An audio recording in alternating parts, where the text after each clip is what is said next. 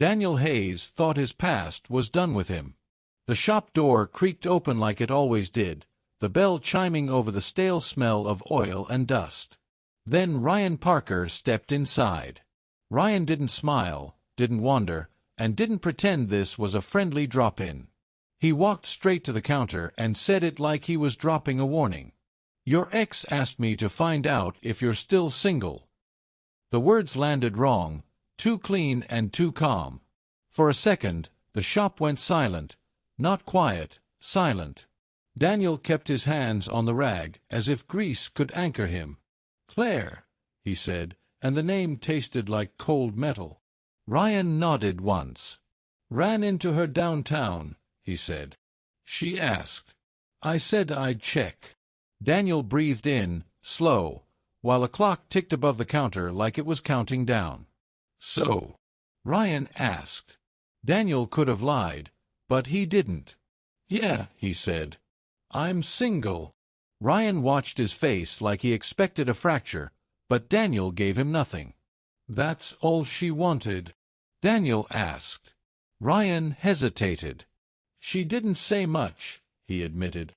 "Just asked. Like she needed to know before she did something stupid." Daniel's throat went dry. Claire Morgan didn't do stupid. Claire did careful, tired, and carrying too much until it cracked. "Why tell me?" Daniel asked. Ryan lifted both hands. "Because she asked me. And because I figured you'd want to know." The bell rang when Ryan left, sharp and final. After that, the shop felt tilted, not haunted, just wrong. 2 years was supposed to be long enough.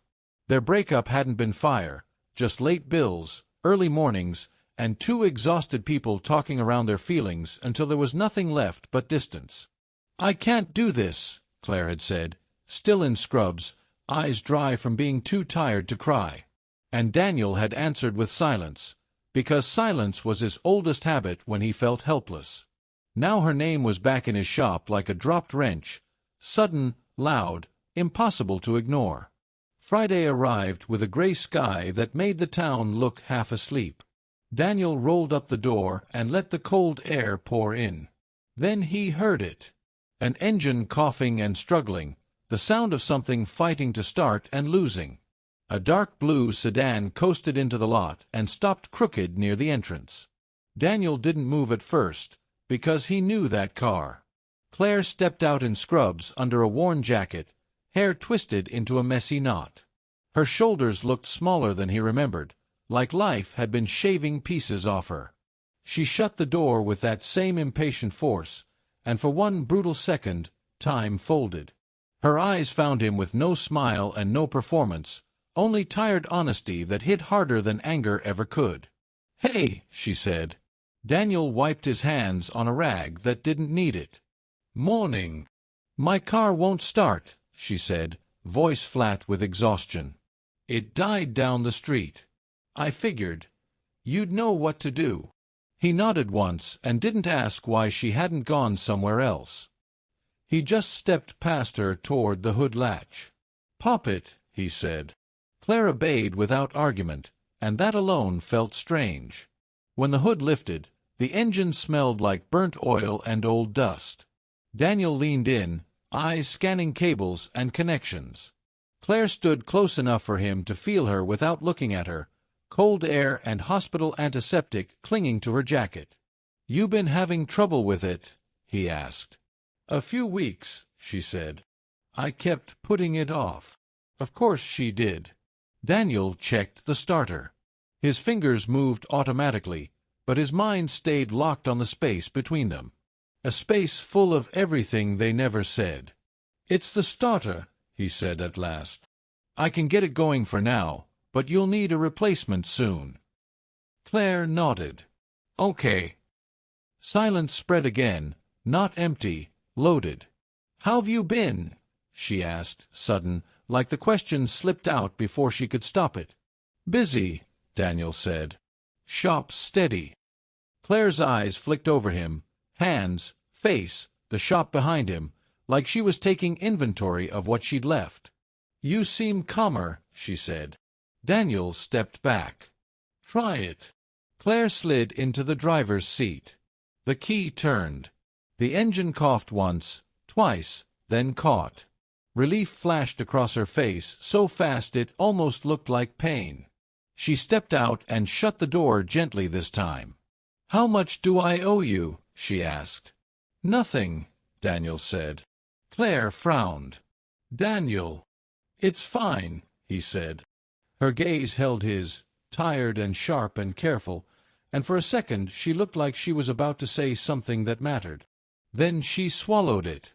"Thank you," she said, softer. "Really?" Daniel nodded once. Claire backed toward her car like she was walking away from a ledge. She opened the door, paused, and glanced back. "Take care," she said. Daniel watched her drive off, tail lights fading into the gray. And when the sound of her engine disappeared, the shop didn't feel quiet anymore. It felt like it was holding its breath. Daniel tried to bury Claire's Friday visit in work, but the scent of antiseptic clung to his thoughts. He sorted inventory, wiped the counter, replaced a brake caliper for a man who watched every move, and told himself it was over. It was not. Saturday brought a thin winter sun and a wind that slid under the shop door. By noon, the radio hummed low, the shelves looked half-empty like they always did, and Daniel was finally back inside routine. Then the bell rang. Claire Morgan stood in the doorway with 2 iced coffees and a small paper bag. Her shoulders were squared, but her eyes were careful, like she expected him to shut the door in her face. "I was nearby," she said. Daniel watched condensation run down the cup, watched the way her fingers tightened around it. She was steadying herself. "And I brought coffee," she added. "You used to complain about yours." "Thanks," Daniel said, taking it.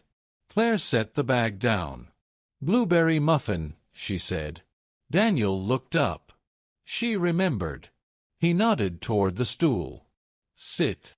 She hesitated, then sat like she did not know the rules anymore. Daniel stayed behind the counter, keeping distance because distance was safer. "Car still running?" he asked. "Yeah," she said, a small twitch of a smile. "For now." Silence settled. Not awkward, just full. "You look tired," Daniel said. Claire met his eyes. "I am," she said. "But I'm not doing nights anymore."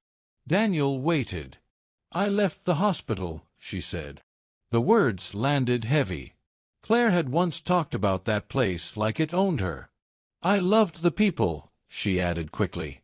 "I hated everything else. I'm doing temp work now. Day shifts." Daniel nodded once.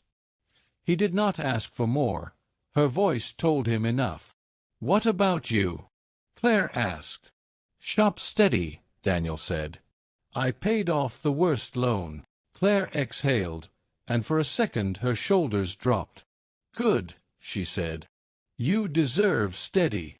Daniel's jaw tightened. Kindness used to arrive between them wrapped in tension.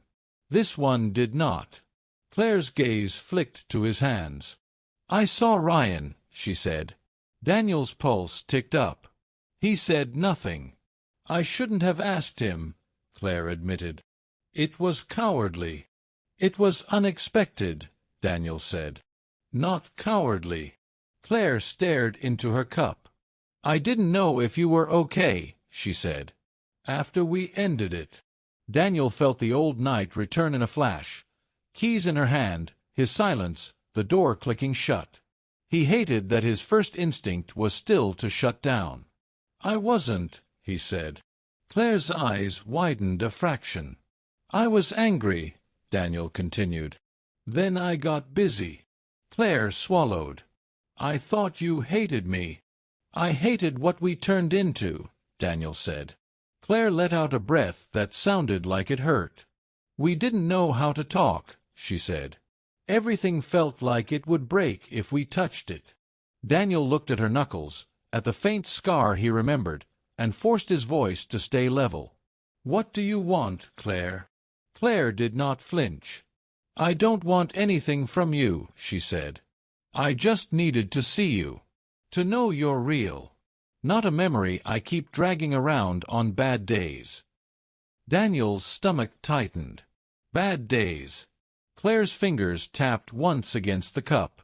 My mom's been sick, she said. It's worse this year. Daniel nodded.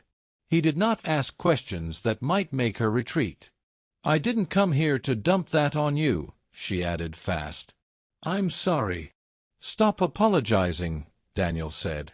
Claire blinked, surprised by how firm it sounded. A shadow crossed the front window. The bell rang, loud in the fragile air. An older man walked in asking for a headlight bulb. Daniel moved on autopilot, grabbed the part, rang it up, answered a question he barely heard. When the customer left, the quiet snapped back into place. Claire stood. I should go. Daniel watched her hands fidget with the paper bag. The muffin was untouched. You don't have to run, he said. Claire paused between the counter and the door, fingers resting on the wood like she needed the contact to stay upright. Thank you, she said, for not pushing me away. Daniel held her gaze. Claire's voice dropped. It felt safe here, she added. With you. The sentence hung in the air like a spark near fuel. Claire stepped outside, wind tugging loose strands of hair as she crossed the lot. She looked back once, then drove away slowly. 3 days passed, and Daniel hated how loud the absence was. On Wednesday, with the shop empty and the light turned thin, his phone buzzed. A message from Claire. Are you free later? I could use a break. Coffee, maybe. Daniel stared at the screen until the letters blurred. Then he typed back. After 5. Her reply came fast. Small cafe off Route 12. I'll be there. The cafe sat tucked behind a gas station, half hidden like it didn't want to be found. Daniel arrived 5 minutes early and told himself it meant nothing. Warm light spilled through the windows, soft and yellow, the kind that made shadows gentler. Inside, the air smelled like coffee and sugar, and low music hummed just loud enough to cover silence. Claire was already there. She sat by the window with both hands wrapped around a mug, shoulders slightly hunched, eyes fixed on the street like she was bracing herself. When she saw him, she didn't brighten. She softened. Hey, she said. Hey. Daniel took the seat across from her, careful not to crowd the space. For a moment, neither of them spoke. Outside, cars passed, tires hissing over pavement, the world continuing like nothing fragile was happening inside this small room. You look tired, Daniel said. Claire laughed quietly once. I am, she said. But today was lighter. I knew we'd talk. That landed deeper than he expected. You said you wanted coffee, he said. I wanted honesty, Claire replied. Coffee just felt safer. Daniel nodded. Claire stared into her mug for a long second, then lifted her eyes. I didn't handle us well, she said. I kept thinking I had to be strong all the time. That if I leaned on you, you'd break. Daniel felt the old weight shift in his chest. I didn't know how to let you see the parts of my life that weren't fine, she continued. So I hid them. And then I resented you for not seeing what I wouldn't show. Daniel listened without interrupting, hands flat on the table, grounding himself in the present. I blamed you, Claire said softly, for being tired, for being stressed, for working all the time. I knew you were trying. I just didn't know how to survive my own chaos. The music changed. Somewhere behind the counter, a cup clinked. I shut down, Daniel said. I thought if I talked about how scared I was, you'd feel like you had to carry me too. Claire's eyes lifted, sharp with recognition. So we both stayed quiet, she said, and called it strength. Daniel exhaled slowly. My mom's health got worse this year, Claire added. There were nights I cried in my car before going inside the hospital. Nights I felt completely alone. Daniel's jaw tightened. And every time your name popped into my head, she said, it wasn't because I wanted to run back. It was because I missed having someone who cared if I made it through the day. Silence fell again, heavy but honest. Did you ever think about us? Claire asked. Yes, Daniel said immediately. Claire blinked, then let out a breath like she'd been holding it. I used to come home after 12-hour days wondering how everything went wrong so fast, Daniel continued. I kept thinking if I worked harder, if I fixed one more thing, it would all settle. That's the thing, Claire whispered. We thought we had to fix everything alone. Her fingers slid across the table, stopping just short of his hand. Close enough to feel the warmth. Not close enough to cross a line. I'm not asking for anything today, she said. I'm not trying to go backward. Daniel held her gaze. I just want to be honest, she added. For once. With you. With myself. I hear you, Daniel said. Claire nodded, swallowing. There's something else, she said. Something I never said. Daniel waited. I wasn't tired of you, she said. I was tired of pretending everything was okay. And I didn't know how to let you into the parts of me that weren't. The words didn't stab. They eased. I get that, Daniel said. I didn't talk either. I thought being strong meant being silent. And I thought your silence meant you didn't need me, Claire said. They sat with that truth, letting it settle without trying to fix it. Outside, the sun dipped lower, the window catching reflections of warm light and passing cars. Inside, the cafe felt suspended, like time had decided to be kind. I don't know where this goes, Claire said carefully. But I like talking to you again. More than I expected. Me too, Daniel said. They stood together, slow, unhurried. Outside, the air had cooled, the sky deepening into blue. At her car, Claire hesitated. She stepped closer, not touching, but close enough that Daniel felt the heat of her body through his coat. Thank you, she said, for listening, for being different now. Daniel nodded. They didn't reach for each other. They didn't need to. Claire drove away, and this time, Daniel didn't feel hollow watching her go. He felt steady. 2 days later, the shop was quiet again, dusk settling early. Daniel swept the floor more out of habit than need when headlights swept across the lot. Claire's car pulled in slowly. She stepped out with intention this time, brushing her hair back, taking a breath before she walked toward the door. Daniel opened it before she knocked. Hey, he said. Hi, Claire replied. Do you have a minute? Yeah, he said. I do. She stepped inside, looking around like the space meant something different now. I've been thinking, she said, about us. About what went wrong. Daniel waited. We weren't wrong for each other, Claire said. We were just wrong then. She met his eyes. And I don't want to repeat the past, she added. But I don't want to run from it either. The shop was quiet, waiting. The shop felt smaller with the door closed. Not trapped.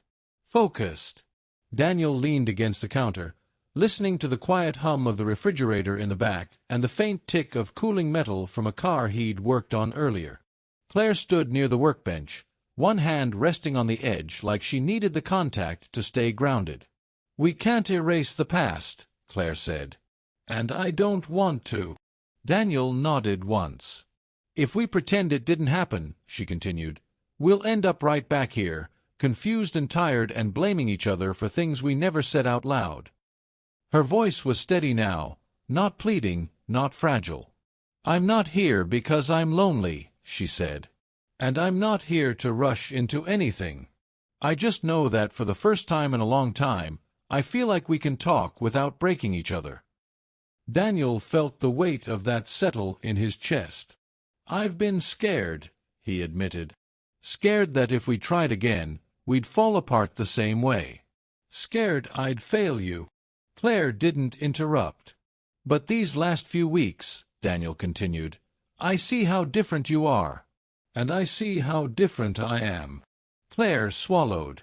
I don't want the old version of us, she said. I want something slower. Honest. Something that doesn't fall apart the moment life gets heavy. The shop lights buzzed softly overhead. I want to try, Claire said. Only if you do. Daniel stepped closer, closing the space between them not with urgency, but intention. I do, he said. Not because I miss the past. Because I believe in what we could build now.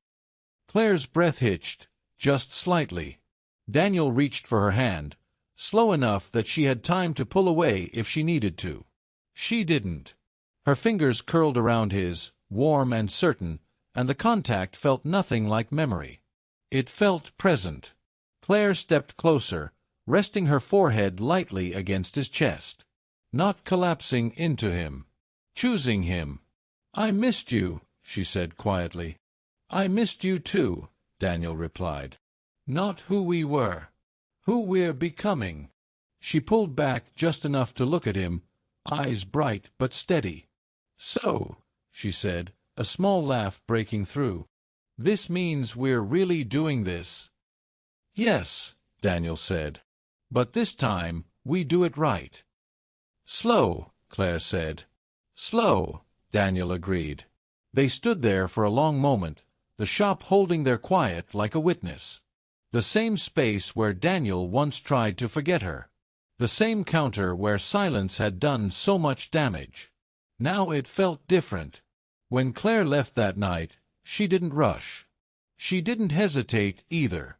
She paused by her car and looked back at him across the lot. See you tomorrow, she asked. Daniel smiled, small but real. Tomorrow. The days that followed weren't dramatic. No grand gestures. No late-night confessions. Just texts that checked in. Coffee after work. Walks that didn't need destinations.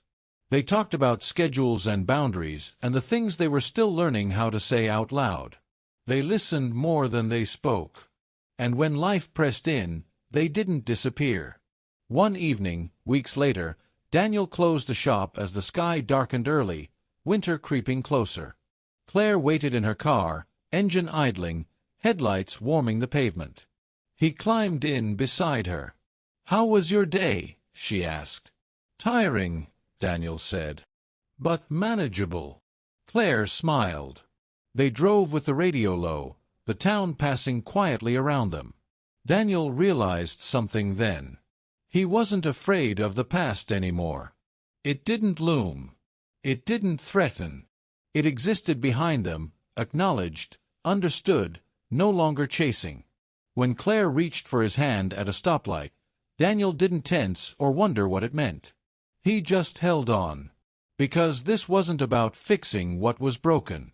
It was about choosing every day to stay present. And for the first time in a long time, that felt like enough. Some people get one chance. Some get two. If this story stayed with you, subscribe for the next one.